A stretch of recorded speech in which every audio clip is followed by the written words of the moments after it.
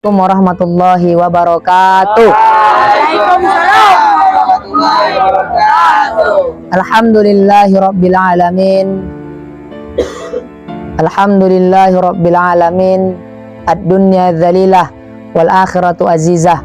Kullu innal insani alladhi yuhibbud dunya fahuwa dzalil wa man ladzi yuhibbul akhirah fahuwa ajiz. Alhamdulillah, kita bersyukur kepada Allah Subhanahu wa taala.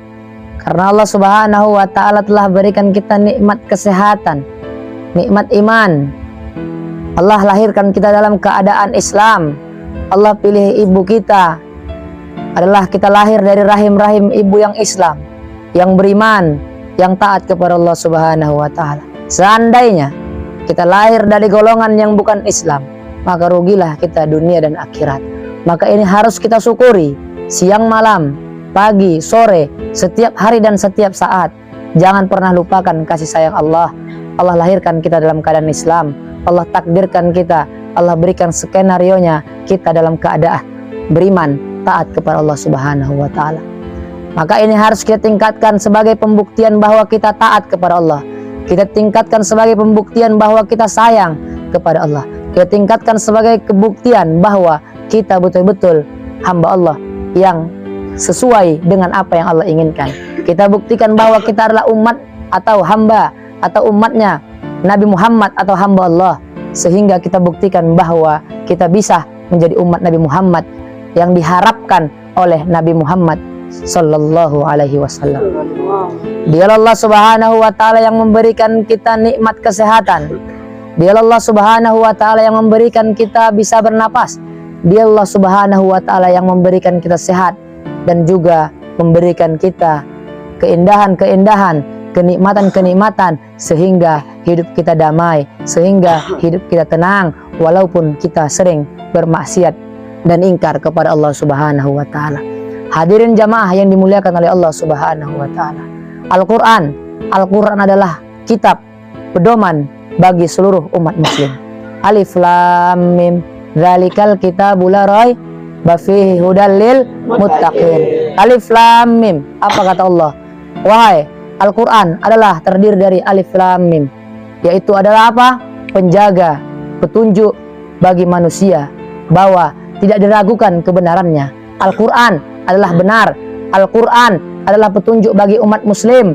Al-Quran adalah jalan untuk menuju kebahagiaan, dan Al-Quran adalah jalan untuk menuju kesuksesan dunia dan akhirat. Al-Quran adalah petunjuk bagi seluruh umat muslim. Sebagaimana kebenaran Al-Quran. Kenapa Al-Quran benar, tetapi banyak orang-orang yang banyak meragukan Al-Quran? Bagi kita umat muslim, tidak ada keraguan di dalam Al-Quran. Tetapi apa? Orang-orang yang di luar sana yang bukan beriman, yang bukan muslim, mereka meragukan Al-Quran. Kenapa? Ibaratnya kita melihat awan. Awan, kita sepakat bahwa awan adalah warna putih.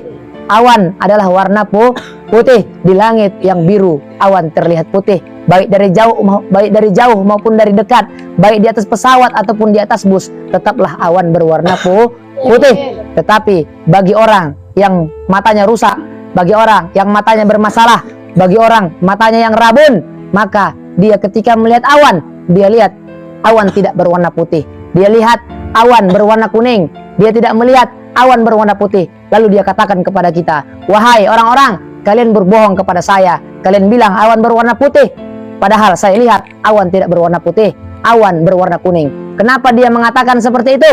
Karena apa? Karena dia rusak matanya, rabun matanya, sehingga awan yang aslinya putih dilihatnya kuning, bahkan hitam. Ya kan? Bahkan hitam. Begitu juga Al-Quran. Al-Quran tidak ada keraguan di dalamnya. Al-Quran murni dari Allah Subhanahu wa ta'ala. Orang yang meragukan Al-Quran sesat di hatinya. Orang yang meragukan Al-Quran rusak hatinya. Maka Allah tambahi kerusakan itu sehingga dia tersesat sesat-sesatnya. Tidak ada yang bisa memberi petunjuk kecuali Allah Subhanahu wa ta'ala. Hadirin dimulakan Allah Subhanahu wa ta'ala. Apa kata Allah dalam Al-Quran? Wa qulna min ba'dihi li bani Israil askunu fil ardh fa idza jaa wa'dul akhirati ji'na bikum lafifa. Kami katakan kepada penduduk Israel, tinggallah sekarang, karena suatu saat nanti kami akan kumpulkan kalian di suatu tempat. Janji Allah pada Bani Israel saat ini yang ada di Palestina. Awalnya Israel itu dari kaum telah terdiri dari Nabi Ibrahim alaihissalam. Lalu Nabi Ibrahim alaihissalam mempunyai 2 istri, Sarah dan Siti Hajar. Lalu dari keturunan Siti Hajar terlahirlah yang bernama daripada Yakub dan siapa? Yusuf alaihissalam. Lalu ketika mereka, maka keturunan Bani Israel itu berasal dari Yakub. Dari Yakub barulah Yusuf alaihissalam. Baru ketika apa? Bani Israel pertama dimuliakan oleh Allah Subhanahu wa taala, tapi akhirnya dilaknat. Kenapa? Akhirnya Allah sesatkan. Kenapa? Karena mereka membangkang, mereka keras kepala kepada para anbiya yang pernah diutus oleh Allah Subhanahu wa taala. Hadirin yang mulia Allah Subhanahu wa taala. Allah katakan, "Wa qulna min ba'dihi li bani Israila askunul ardh, fa idza jaa wa'dul akhirati ji'na bikum lafifa." Maka tinggallah sekarang di Mesir, kata Allah dalam Al-Quran kepada Bani Israel. Setelah Nabi Musa berhasil mengalahkan daripada Fir'aun, maka kerajaan Fir'aun mati binasa. Akhirnya Nabi Musa pun selamat. Nabi Musa pun yang menang. Akhirnya apa? Umat Nabi Musa dikatakan Allah, tinggallah.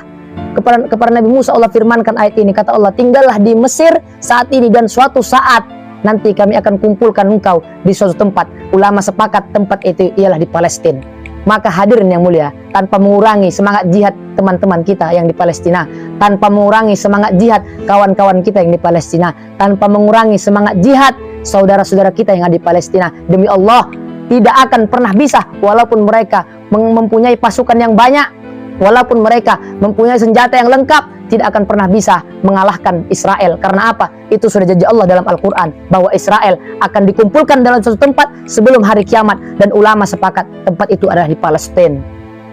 Maka semua Bani Israel yang tersebar di seluruh dunia, Indonesia, baik yang dari negeri-negeri yang lain, seluruh dunia Indonesia yang tersebar Bani Israel, maka akan suatu saat sebelum kiamat Allah akan kumpulkan ke Palestina. Maka tempat kumpul mereka ada di Palestina. Maka sekarang sudah mulai nampak kebencian-kebencian dunia, bukan hanya Islam tapi non-Muslim. Maka sudah banyak yang mulai membenci daripada orang-orang Israel. Kenapa? Karena ketika mereka tidak perlu Islam untuk membantu Palestina, cukup menjadi orang manusia saja sudah bisa kita mempunyai hati nurani membantu Palestina. Ketika orang-orang luar negeri, dunia, bahkan negara-negara besar ingin membantu, memberikan makanan, memberikan pengobatan kepada saudara kita yang ada di Palestina, memberikan bantuan, pengobatan, makan, bahan pangan, dibom langsung oleh tentara Israel, dibom langsung oleh tentara Israel, dibunuh oleh tentara Israel, menjadikan seluruh dunia benci kepada Israel. Sehingga apa? Mereka akan dikumpulkan bersatu tempat yang ulama sepakat tempat itu di Palestina. Maka orang Israel pun tahu, mereka pun paham kalau mereka dikumpulkan di suatu tempat di Palestina, mereka pun tahu bukan untuk dimuliakan mereka dikumpulkan di Palestina, tapi hanya untuk satu, menjadi kuburan massal bagi mereka.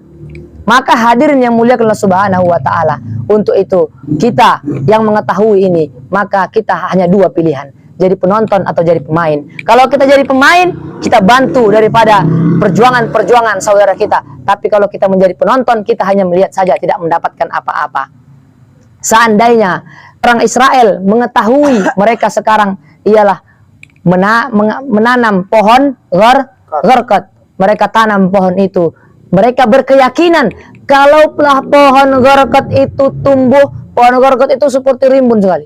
Kalaulah pohon gharqad itu tumbuh dan menghijau di tanah Palestina, maka akan turunlah Tuhan mereka.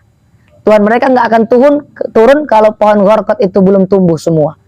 Ini adalah skenario dari Allah. Kenapa mereka berkeyakinan seperti itu? Tapi dalam Al-Quran mereka dikumpulkan ke sana bukan untuk dimuliakan, tapi untuk dibinasakan.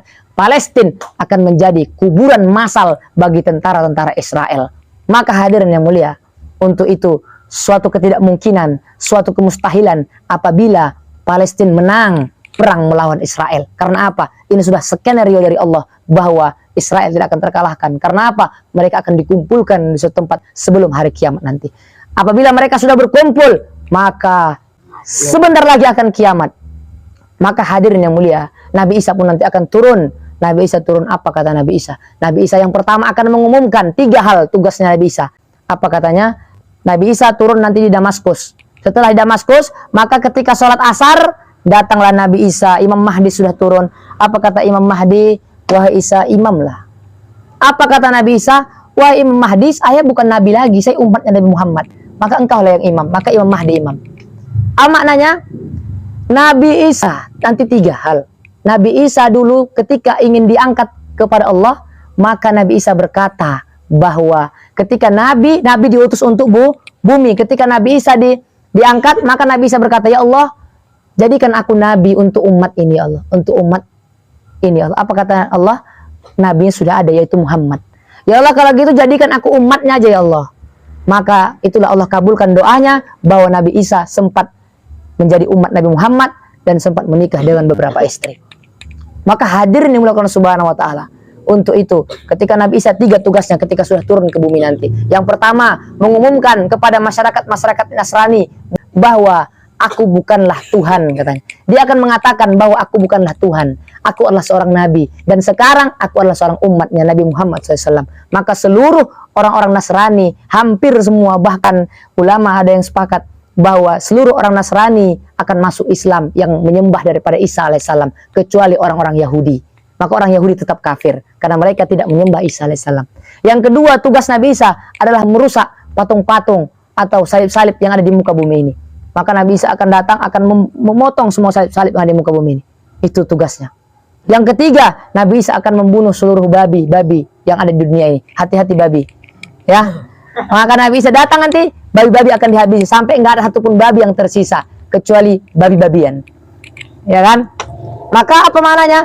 Apakah Nabi Isa itu keliling dunia membunuh babi? Tidak. Ini skenario dari Allah. Sebelum Nabi Isa turun, maka seluruh babi nanti akan dibunuh memang.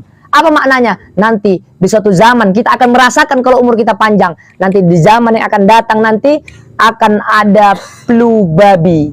Sehingga orang-orang takut dengan babi. Bukan hanya orang muslim, tapi dokter-dokter juga mengkabarkan sampai orang-orang non-muslim pun sampai membunuh babi secara serentak. Sampai tentara pun polisi dikerahkan untuk membunuh babi, saking bahayanya flu babi ini. Maka semua orang jadi benci kepada babi. Akhirnya sampai ketika Nabi Isa turun, dia hanya membunuh babi yang ada di sekitar Arab saja. Tidak lagi ke sini-sini. Karena apa? Karena semua sudah dibunuh karena flu babi tadi. Ini sudah skenario dari Allah. Maka hadirin yang mulia, sebelum peristiwa ini terjadi, mari sama-sama kita merasakan, renungkan bahwa ternyata kebenaran Al-Quran akan kita saksikan. Yang kedua apa? Kita akan menyaksikan betul-betul bahwa perang dunia itu akan terjadi. Maka seluruh umat Islam akan berperang dengan orang-orang Yahudi. Bahkan bukan hanya semua pohon semua membantu. Kalau ada orang Yahudi bersembunyi di balik pohon, maka akan dikatakan ini ada Yahudi, bunuh. Kecuali pohon gharqad yang tidak mau berbicara karena mereka melindungi orang Yahudi. Maka itu sebelum itu terjadi, mari kita tingkatkan keimanan kita sehingga apa?